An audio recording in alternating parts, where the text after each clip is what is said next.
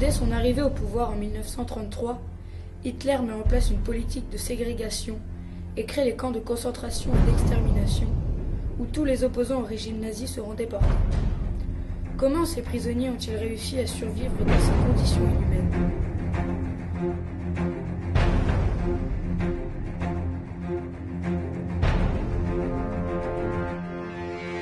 Le sabotage dans les camps de concentration essentiellement était un acte héroïque, et pour cause.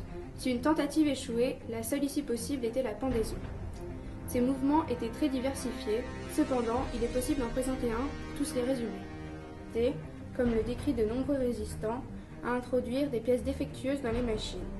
Il pouvait aussi être soumis à une variante qui reposait sur le démantèlement progressif de pièces importantes aux appareils. Ainsi, dans les deux cas, soit la production s'arrêtait complètement, la machine étant détruite, soit le rendement était moins important du fait de la défaillance. Il existait aussi une forme de sabotage qui reposait sur l'inattention des gardiens SS ou des capots. Les résistants auxquels on confiait des tâches importantes, comme la vérification des fusils après leur fabrication, pouvaient perturber grandement le rendement. En effet, comme en témoigne Pierre Durand, ils avaient la possibilité de donner de fausses informations sur plusieurs chariots entiers d'armes et ainsi faire jeter les valides et garder les défaillants. Il y avait aussi un sabotage beaucoup plus périlleux car les conséquences pouvaient retomber sur ses auteurs. Ces derniers, comme le raconte Primo Levi, pouvaient retirer des choux qu'on leur faisait planter et ainsi réduire considérablement la production. Mais cet acte, comme annoncé précédemment, pouvait créer une grande famine générale, autant pour les SS que pour les résistants. Le quatrième type de sabotage était assez moins fréquent du fait de la rareté de l'événement proposant la possibilité d'agir. Les résistants, lorsqu'on les obligeait à construire des bâtiments, avaient la possibilité de gaspiller des sacs de ciment en les posant totalement en désordre. De plus, ils pouvaient aussi, comme en témoigne Langbein Hermann, incorporer de nombreux corps étrangers pour causer d'éventuels problèmes d'étanchéité. Une autre forme existait aussi, et était assez régulière mais abstraite. En effet, elle consistait à ralentir la production, la cadence, dans les usines d'armement notamment. Les détenus pouvaient pour cela stopper le travail lorsque les SS ou les capots ne les regardaient pas. Ainsi, le rendement était beaucoup moins important et les Allemands s'armaient plus difficilement. Enfin, on peut aussi noter un dernier type qui était l'un des plus courants. Il avait pour moyen d'humidifier la poudre que produisaient les détenus en crachant dedans ou en incorporant quelques gouttes d'huile destinées à l'entretien des machines. Ainsi, celles-ci devenaient défectueuses et perturbaient les fusils destinés aux Allemands. Le sabotage était donc totalement héroïque et surtout inopiné.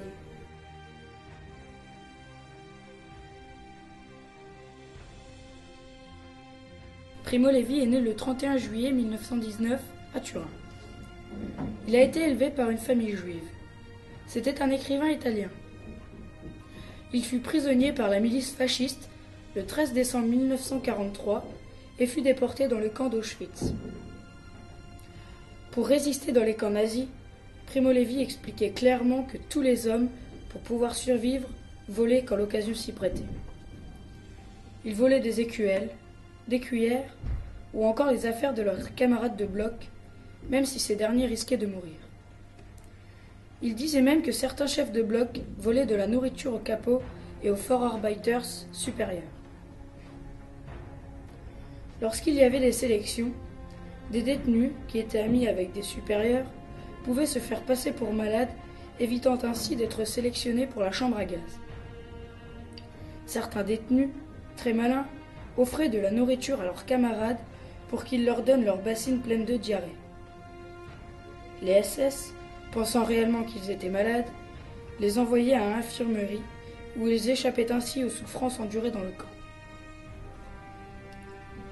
Lorsqu'il y a de nouvelles distributions de chemises, certains les échangent contre un peu de nourriture, mais d'autres les découpent pour pouvoir se faire des chaussettes russes, au risque de se geler les bras.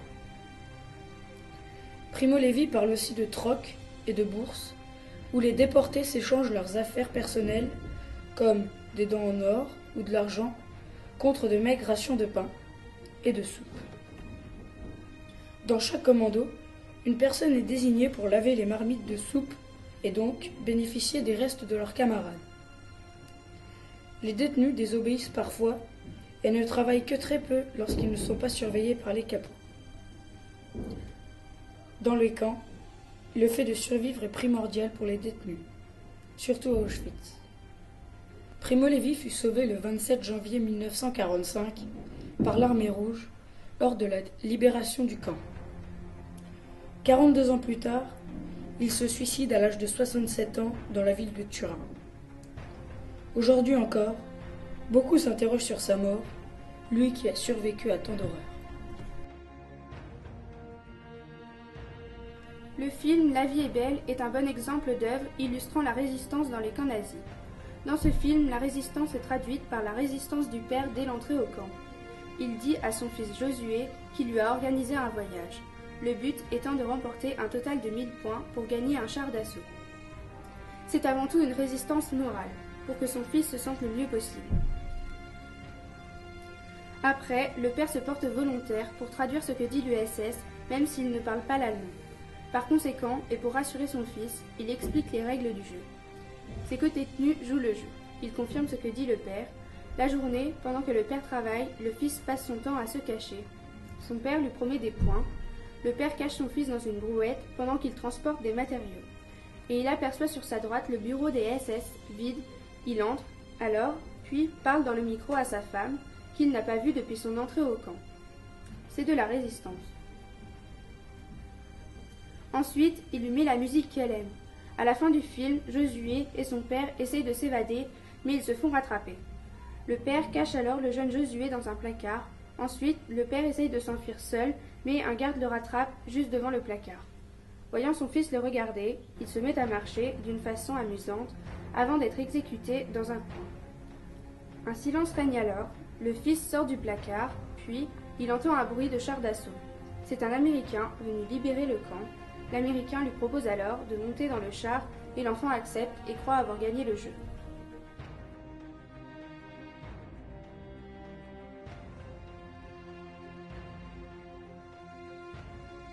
Le camp du Struthof est un camp de concentration. Il est situé à proximité du village de Nattwiller, en Alsace, à 50 km au nord de Strasbourg. Il se trouve à 800 mètres d'altitude, au sommet des Vosges, près d'une carrière qui servait anciennement aux travaux forcés. Avant de devenir un camp de concentration, ce site pittoresque et charmant servait de station de ski aux Strasbourgeois.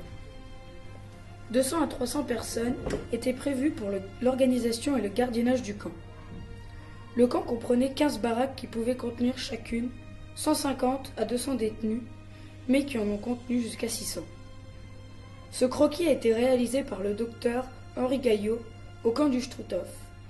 Au total, 40 000 déportés ont été enregistrés au camp du Struthof. Les détenus du camp sont morts dans d'atroces souffrances, comme le travail forcé, des expériences médicales, le gazage par les dicolombés et même par crémation. Les principaux détenus étaient des prisonniers politiques, des homosexuels, des résistants. En début avril 1945, l'ordre d'organiser l'évacuation du camp est donné, et le camp du Struthof est libéré le 30 avril 1945 par les Américains. Aujourd'hui, l'accès au camp est libre.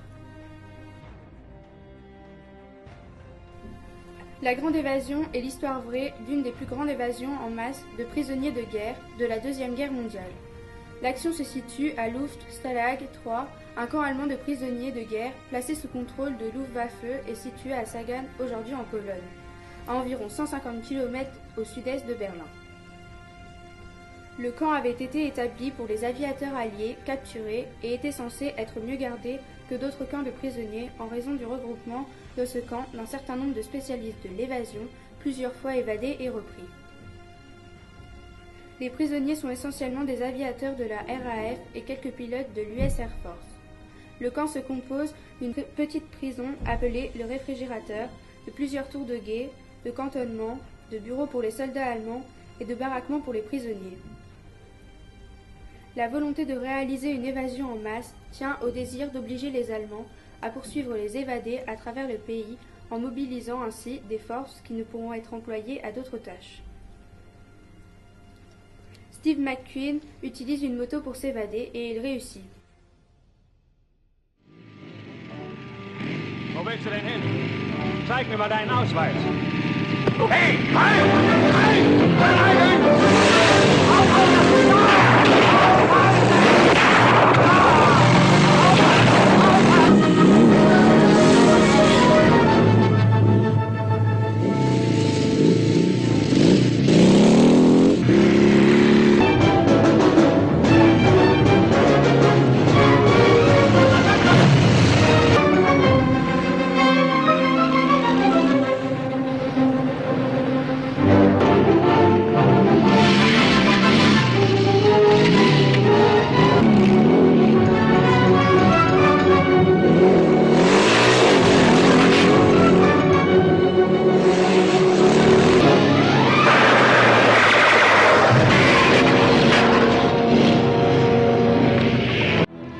Los, aufstehen!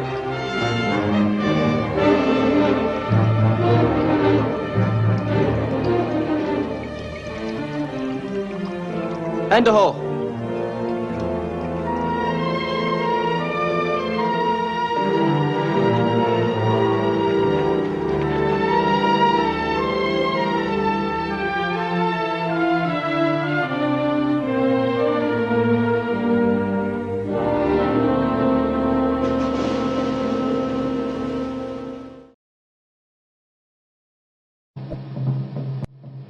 Ils étaient 20 et 100, ils étaient des milliers, nous et maigres tremblants dans ces wagons plombés, qui déchiraient la nuit de leurs ongles battants. Ils étaient des milliers, ils étaient 20 et 100. Ils se croyaient des hommes, n'étaient plus que des nombres. Depuis longtemps leurs dés avaient été jetés. Dès que la main retombe, il ne reste qu'une ombre. Ils ne devaient jamais plus revoir un été.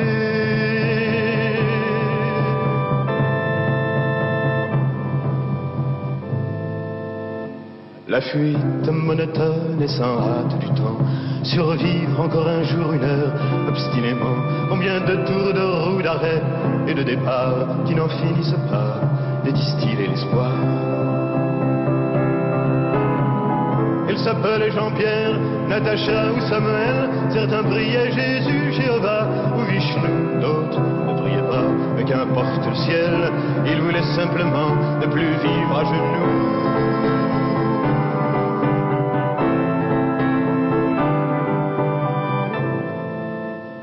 Ils n'arrivaient pas tous à la fin du voyage. Ceux qui sont revenus peuvent-ils être heureux? Ils essaient d'oublier, étonnés qu'à leur âge, les veines de leurs bras soient devenues si bleues. Les Allemands guettaient du haut des miradors. La lune se taisait comme vous vous taisiez, en regardant au loin, en regardant dehors. Votre chair était tendre à leurs chiens policiers.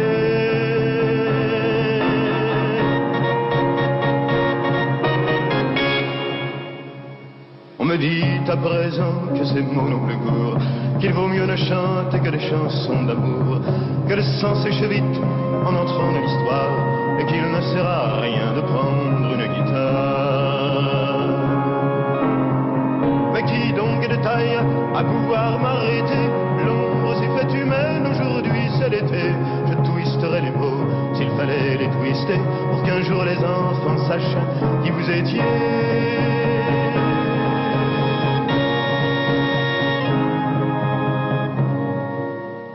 Vous étiez un dessin, vous étiez des milliers, nus et maigres, tremblants dans ces wagons plombés, qui déchiriez la nuit de vos ongles